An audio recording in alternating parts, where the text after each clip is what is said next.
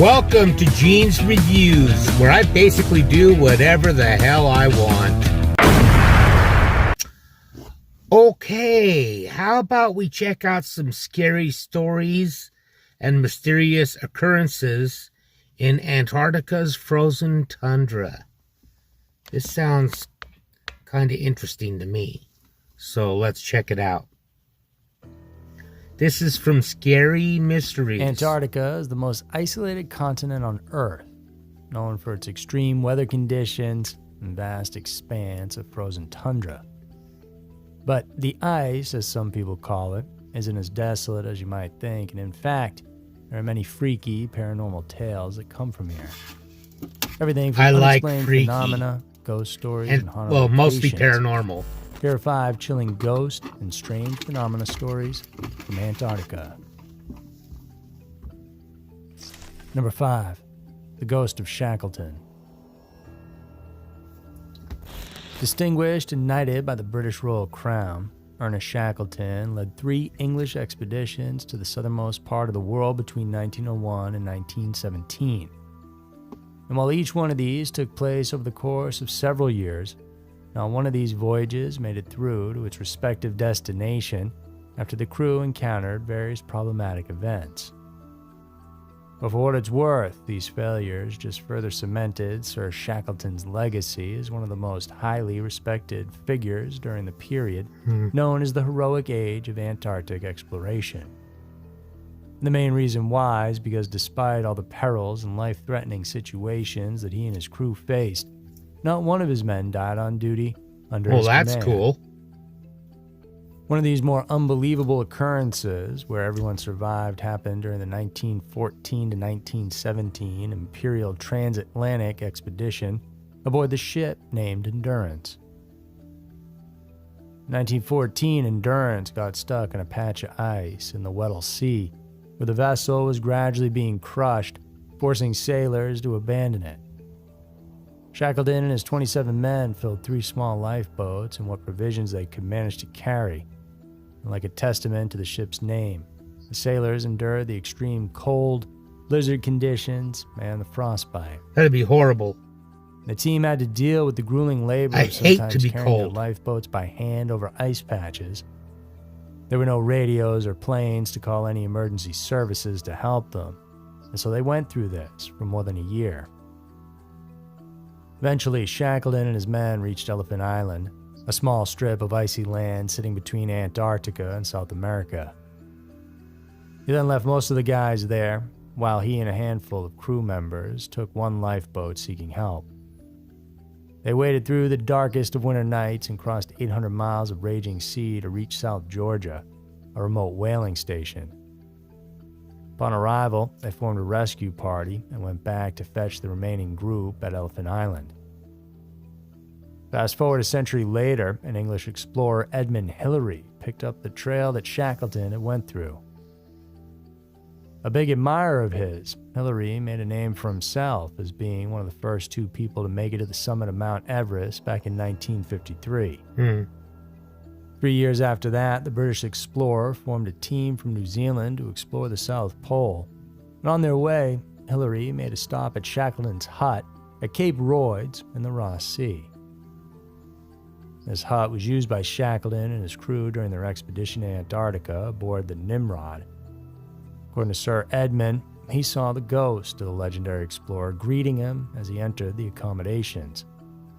He said, "I distinctly saw Shackleton walking towards me and welcoming me." It was a fleeting moment, but something that was burned in Hillary's memory. Perhaps it was Sir Shackleton's gesture That's kind of cool, a fellow adventurer coming into his hut. Or maybe Sir Hillary had simply disturbed the dweller's spirit resting in this long-forgotten shack, as Shackleton did pass away in the area at the age of 47 while attempting his 4th Antarctic exploration. That's a lot older. Man, that's a rough life. Number 4, Scott's hut. We complain a lot about how we have it. Discouragement can be a dangerous thing, especially when you're in a potentially life-threatening situation.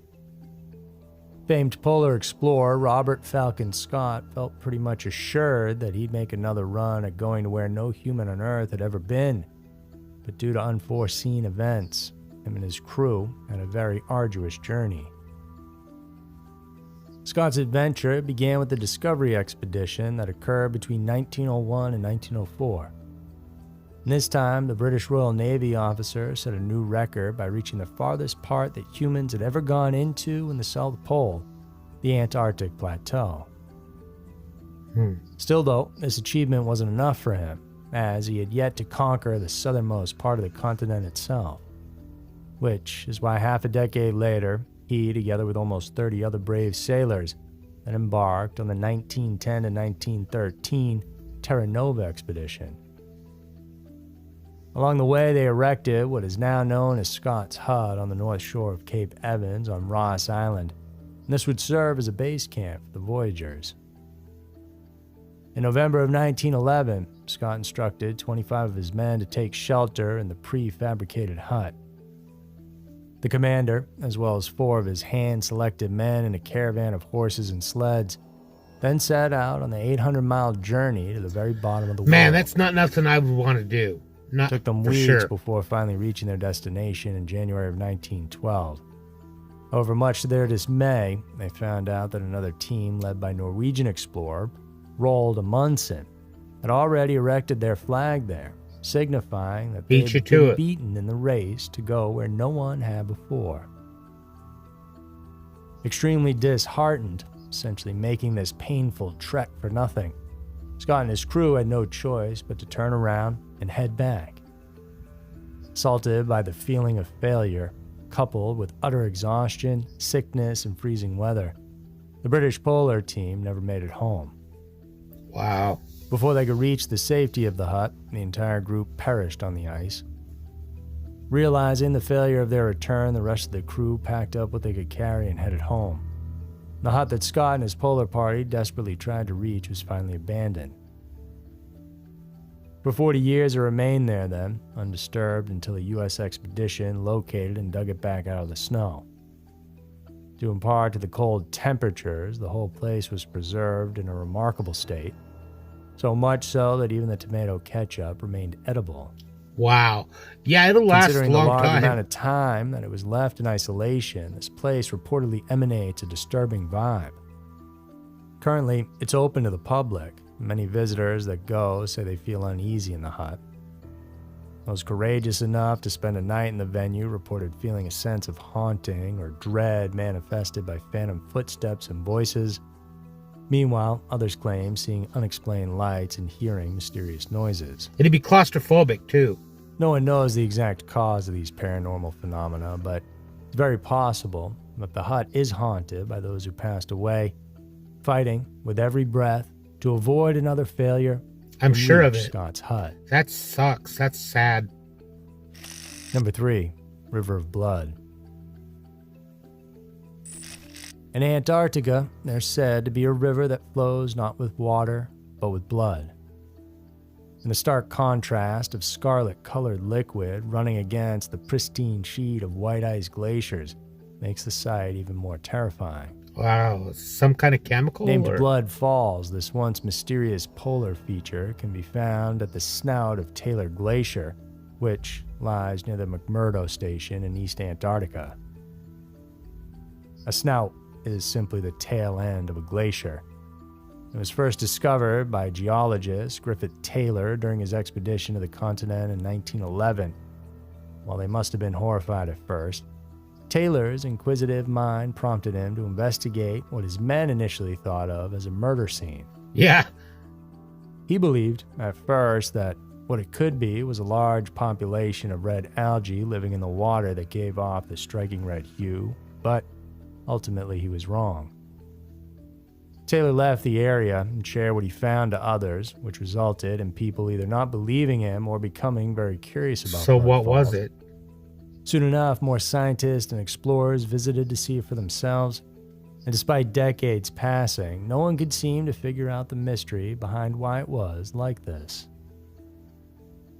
Because it was so remote, it wasn't an easy thing to study, but finally in 2009, a breakthrough happened. Using high-tech ice-penetrating radar, they were able to trace the flow to an underground lake buried 1,300 feet below Taylor Glacier.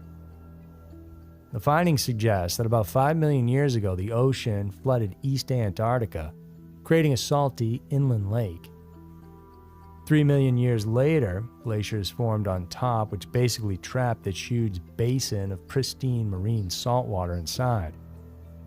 Okay. Another couple of millennia followed, and that isolated water became even saltier.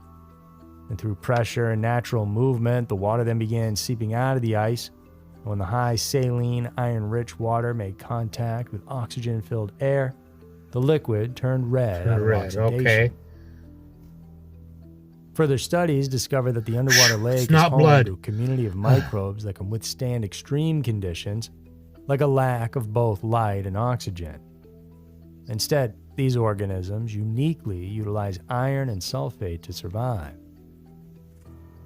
The mere existence of these entities we now call extremophiles has brought about the idea that perhaps life can thrive throughout the universe under conditions we didn't think were possible. For these entities, instead of making food by photosynthesis, Blood Falls organisms do so by chemosynthetic means. Unlike the former that relies on sunlight, the latter process involves converting sulfur and iron compounds into energy. Number 2, plane crash hauntings. In spite of the hostile and barren environment, people from all around the world are still enticed to visit Antarctica and marvel at its desolation. In the 1970s, there was a spike in tourism activity in the region where people would book day trip flights from New Zealand I don't even want to go there. Aerial view of the icy continent. Offering such kind of services was Air New Zealand. I don't think we belong has been there. Operating scheduled sightseeing flights since 1977. On November 28, 1979, Air New Zealand Flight 901 left Auckland Airport, carrying with it 237 passengers and 20 crew members. The flight was supposed to return to Auckland that evening, however, it unfortunately never made it back. Reports indicated that it was actually the first time that the pilots made such a flight on this route, but considering their extensive flight experience, they were given the green light and there shouldn't have been an issue. 237 people. They were supposed to fly over McMurdo Sound, which is an American scientific base and the largest research station in Antarctica. At that time, it was reported to be low visibility in the area, and a cockpit voice recording revealed that the crew believed they were flying over McMurdo Sound when in reality, they were actually flying directly toward Mount Erebus. It was too late for everyone when they realized that they were in fact headed into a head-on collision with the tallest mountain in Antarctica. Wow. In a matter of seconds, Flight 901 smashed directly into it at a speed of 300 miles per hour, instantly killing all 257 people on board. Not one individual survived. Of course not. Going that fast? Following the tragic incident, recovery teams were ordered to temporarily store the corpses at McMurdo Station, where they stayed for quite some time. Fast forward many years, and as tourism has continued to thrive, visitors began to experience the profound ghostly presence of what they believed to be the crash victims. Witnesses claimed to hearing voices and even encountering apparitions of the spirits of the individuals that were once housed at McMurdo Station.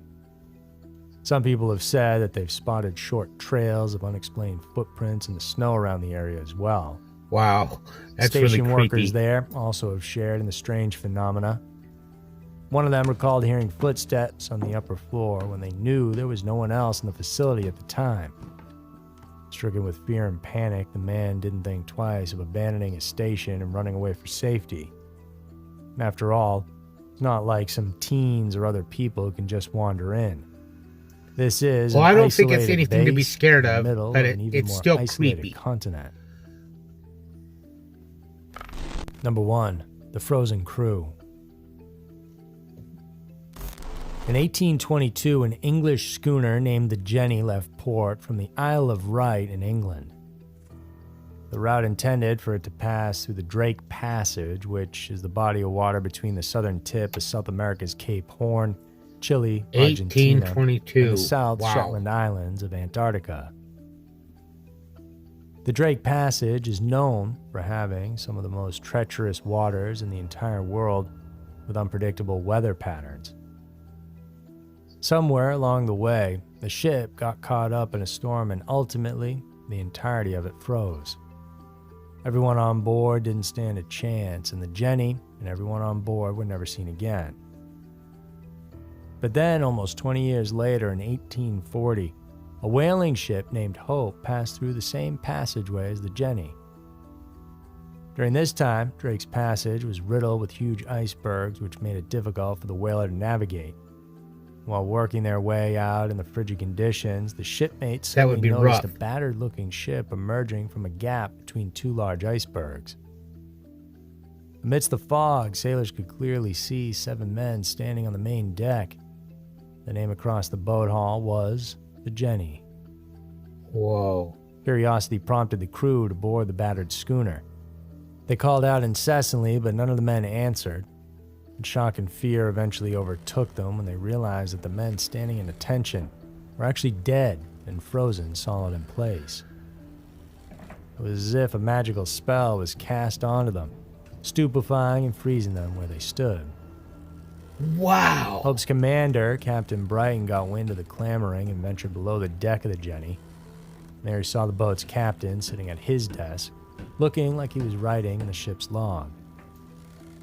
Mariners prompted him to first call out to his counterpart, but when he didn't get a reply, Brighton proceeded to approach and realized that the man, too, was frozen solid, just like his crew. Could you imagine freezing to He probed death the ship's standing log up? and learned that the last port Jenny visited was Kalu, Peru, 20 years ago. Going through the final entry, he saw that it read, May 4th, 1923. No food for 71 days. I am the only one left alive. Brighton investigated further and there discovered yet another terrifying sight. Lying on the bed, cradling a dog, was who they assumed to be the captain's wife, frozen solid as well. It's a mystery how these poor individuals fell into this horrifying circumstance, and theories suggest that a sudden intense storm may have blown through the ship, freezing everyone on board. Although others believe that something paranormal happened, such that the Jenny was sucked into another dimension, only to reappear 20 years later in an area they weren't prepared to be in. As such, they all ended up succumbing to the cold. No one knew exactly what happened thereafter to the Jenny, although stories suggest that the ghost ship still haunts the waters of the Antarctic to this very day. So that's going to do it, guys. Wow. For chilling ghost and strange phenomena stories from Antarctica. Hope you enjoyed it. Please check out some of our other videos from That was awesome. That story was something else. I can't even imagine that. Just freezing to death, just like a big blast of cold coming in so fast that you freeze right to death immediately standing up. That's insane. Let me know what you thought of that in the comments down below. Now let's tell a joke. It's time for a joke to brighten your day. What do you call a chicken staring at a head of lettuce? Chicken sees a salad. That one hurt. Thank you, everybody. Make sure you like, comment, subscribe, hashtag Mean Gene, all that fun stuff. And if you like this video, tell all your friends, leave a comment down below. And if you didn't like it, then just shut up. And I will see you next time.